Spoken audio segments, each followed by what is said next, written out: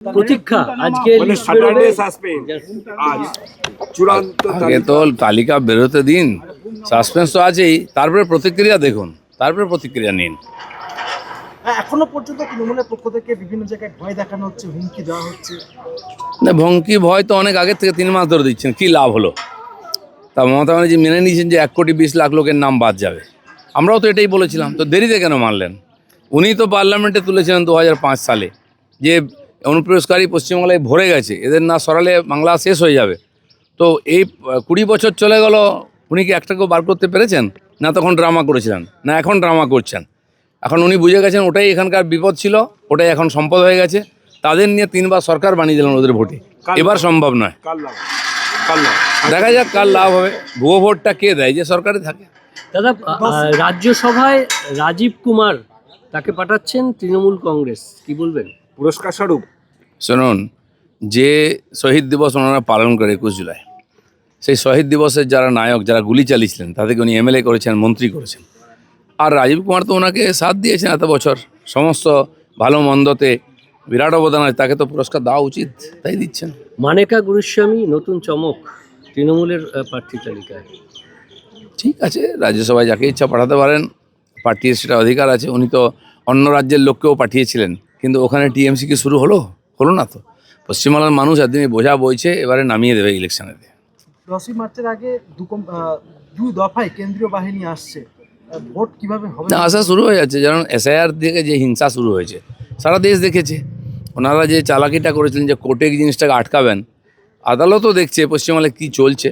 সেখানে নির্বাচন কমিশন, আদালত, এদের কাছে একটা চ্যালেঞ্জ এখানে বিশুদ্ধ ভোটার লিস্ট তৈরি করে শান্তিপূর্ণ নির্বাচন করা। আর সেটা এবারে হবে, কারণ পশ্চিমবাংলার লোকও এটাই চাইছেন। তৃণমূল 4 জন প্রার্থীর নামই ঘোষণা করে দিয়েছে। আপনার মানে বিজেপির প্রার্থীও কি খুব শীঘ্রই হয়ে যাবে? সবই প্রসেসের মধ্যে আছে, ভোটের আগেই সব হয়ে যাবে। 48 ঘন্টা তো অতিক্রান্ত হয়ে গেল, হাওড়ায় পিলখানায় ব্যবসায়ী কোনো গ্রেপ্তার হয়নি এখনো পর্যন্ত। হারুন 48 ঘন্টা দেখছেন আপনি? 48 দিন, মাস চলে গেল, কতজন অপরাধী ধরা পড়েছে? আমাদের পার্টির 251 জন লোককে খুন করা হয়েছিল, আমরা কেসও করেছি, কজন সাজা পেয়েছে? পুলিশ তো FIR নিতে চায় না। তো এই জন্য এখানে কোনো ন্যায় পাওয়ার অধিকার আশা নেই। সেই জন্য কথায় কথায় লোকে সেন্ট্রাল ফোর্স চায়, সেন্ট্রাল এজেন্সি চায়। হ্যাঁ, তো তারপরে সরকার সহযোগিতা করে না, অপরাধীদের আড়াল করে, ফলেতে পুরো পশ্চিমবঙ্গ জুড়ে অপরাধের একদম বন্যা চলছে। সিআইডি তদন্তভার নিল। সিআইডিকে তদন্ত দেওয়া মানে জিনিসটাকে চেপে দেওয়া, এটাই আমরা দিন দেখে আসছি। দাদা, রঙের উৎসব, আজকে রং খেললেন, কি বার্তা দেবেন রাজ্যের? ফেব্রুয়ারির শেষ দিন আজকে, এত কুয়াশা হয়েছে, এটা একটা অভূতপূর্ব। ফেব্রুয়ারি মাসের শেষ, আর কুয়াশা একদম ভরে গেছে, গাড়ি চালাতে পারছে না লোকেরা। বিচিত্র, গতকাল ভূমিকম্প হয়ে গেছে। আমার মনে হয় পশ্চিমবাংলা একটা ভূমিকম্প অপেক্ষা করছে এপ্রিল-মে মাসে। SIR ইস্যুতে এবারে সুপ্রিম কোর্টে ফের রাজ্য পক্ষ থেকে যাওয়া হয়েছে এবং বলা হচ্ছে যে বিচারপতি নির্দেশ না মেনেই কমিশন। দেখুন, সুপ্রিম কোর্টের কথা ওনারাই আগে মানেননি। সুপ্রিম কোর্ট বলেছিলেন সুরক্ষা দিতে হবে SIR কেন্দ্রে, IG, DG, SP কেউ মানেনি, তো সরকার তার জন্য দোষী। তাদের আসল রূপটা দেখতে পেয়েছেন সবাই। সুপ্রিম কোর্ট কেন, UNOতে গেলেও সরকার বাঁচাতে পারবেন না। কেন্দ্রীয় বাহিনী ঢুকলেই ঝাঁটাপেটা করে নিদান দেওয়া হচ্ছে তৃণমূল। না, এইসব ডায়লগ পুরনো হয়ে গেছে। SIR আগে নেতারা বলেছিলেন যে বিজেপির লোকদের গাছে বেঁধে দাও, যে BLO আসবে তার হাত কেটে দাও, করতে দেবো না, রক্তগঙ্গা বইয়ে দেবো। কী করতে পেরেছেন? এইসব ফাঁকা আওয়াজ। TMCর কোনো দম নেই, কটা গুন্ডা আর কটা চামচা পুলিশ অফিসার নিয়ে ইলেকশন জেতার চেষ্টা করছে, ওটা সম্ভব নয়। দোল আর হোলির শুভেচ্ছা রাজ্যবাসীকে। দোল ভালো কাটুক, এই বছরটা ভালো কাটুক। গত বছরটা আমরা 2025 অনেক কষ্ট করেছি, পৃথিবী অনেক সংকটের সম্মুখীন হয়েছে। আর যতদূর মনে হচ্ছে 2026 ভালো কাটবে, বিশেষ করে পশ্চিমবাংলার জন্য। নতুন খবর, নতুন সরকার আসবে, এটাই সবচেয়ে আনন্দের। দাদা, উৎসব ভাতা ঘোষণা রাজ্য সরকারি কর্মচারী, অবসরপ্রাপ্ত কর্মী, সরকারি অধিকৃত সংস্থার কর্মীদের জন্য অ্যাডহক বোনাস।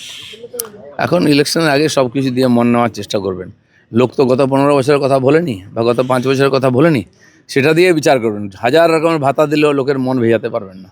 বিজেপির পক্ষ থেকে যে পরিবর্তন যাত্রা করা হচ্ছে, কিরকম সাড়া পাচ্ছেন?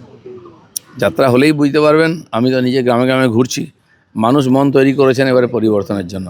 আর পরিবর্তন যাত্রায় তার কিছু আমরা নমুনা দেখতে পাবো। প্রতীক্ষা আজকে স্যাটারডে সাসপেন্স আজ চূড়ান্ত। আগে তো তালিকা বেরোতে দিন, সাসপেন্স তো আছেই, তারপরে প্রতিক্রিয়া দেখুন, তারপরে প্রতিক্রিয়া নিন। এখনো পর্যন্ত তৃণমূলের পক্ষ থেকে বিভিন্ন জায়গায় ভয় দেখানো হচ্ছে, হুমকি দেওয়া হচ্ছে। না, ভঙ্কি ভয় তো অনেক আগের থেকে 3 মাস ধরে দিচ্ছেন, কি লাভ হলো? তা মমতা ব্যানার্জি মেনে নিয়েছেন যে 1,20,00,000 লোকের নাম বাদ যাবে। আমরাও তো এটাই বলেছিলাম, তো দেরিতে কেন মানলেন? উনি তো পার্লামেন্টে তুলেছিলেন 2005 সালে যে অনুপ্রবেশকারী পশ্চিমবাংলায় ভরে গেছে, এদের না সরালে বাংলা শেষ হয়ে যাবে। তো এই 20 বছর চলে গেল, উনি কি একটাকেও বার করতে পেরেছেন? না তখন ড্রামা করেছিলেন, না এখন ড্রামা করছেন। এখন উনি বুঝে গেছেন ওটাই এখানকার বিপদ ছিল, ওটাই এখন সম্পদ হয়ে গেছে। তাদের নিয়ে 3 বার সরকার বানিয়ে দিলেন ওদের ভোটে, এবার সম্ভব নয়। কার লাভ? কার লাভ? দেখা যাক কার লাভ হবে। ভুয়ো ভোটটা কে দেয়? যে সরকারে থাকে। দাদা, রাজ্যসভায় রাজীব কুমার তাকে পাঠাচ্ছেন তৃণমূল কংগ্রেস, কি বলবেন? পুরস্কার স্বরূপ। শুনুন, যে শহীদ দিবস ওনারা পালন করে 21 জুলাই, সেই শহীদ দিবসের যারা নায়ক, যারা গুলি চালিয়েছিলেন, তাদেরকে উনি এমএলএ করেছেন, মন্ত্রী করেছেন। আর রাজীব কুমার তো ওনাকে সাথ দিয়েছেন এত বছর, সমস্ত ভালো মন্দতে বিরাট অবদান আছে, তাকে তো পুরস্কার দেওয়া উচিত, তাই দিচ্ছেন। মানেকা গুরুস্বামী নতুন চমক তৃণমূলের প্রার্থী তালিকায়। ঠিক আছে, রাজ্যসভায় যাকে ইচ্ছা পাঠাতে পারেন, পার্টির সেটা অধিকার আছে। উনি তো অন্য রাজ্যের লোককেও পাঠিয়েছিলেন, কিন্তু ওখানে টিএমসি কি শুরু হলো? হলো না তো। পশ্চিমবাংলার মানুষ একদিনই বোঝা বইছে, এবারে নামিয়ে দেবে ইলেকশনে। 10ই মার্চের আগে দুই দফায় কেন্দ্রীয় বাহিনী আসছে, ভোট কিভাবে হবে? না, আসা শুরু হয়ে যাচ্ছে, যেমন এসআইআর থেকে যে হিংসা শুরু হয়েছে সারা দেশ দেখেছে। ওনারা যে চালাকিটা করেছিলেন যে কোর্টে জিনিসটাকে আটকাবেন, আদালতও দেখছে পশ্চিমবাংলায় কী চলছে। সেখানে নির্বাচন কমিশন, আদালত, এদের কাছে একটা চ্যালেঞ্জ এখানে বিশুদ্ধ ভোটার লিস্ট তৈরি করে শান্তিপূর্ণ নির্বাচন করা।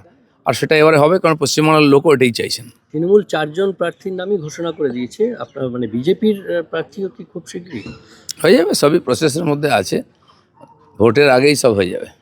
যে 48 ঘন্টা তো অতিক্রান্ত হয়ে গেল, হাওড়ায় পিলখানায় ব্যবসায়ী কোনো গ্রেপ্তার হয়নি এখনো পর্যন্ত। হারুন 48 ঘন্টা দেখছেন আপনি, 48 দিন, মাস চলে গেল, কতজন অপরাধী ধরা পড়েছে?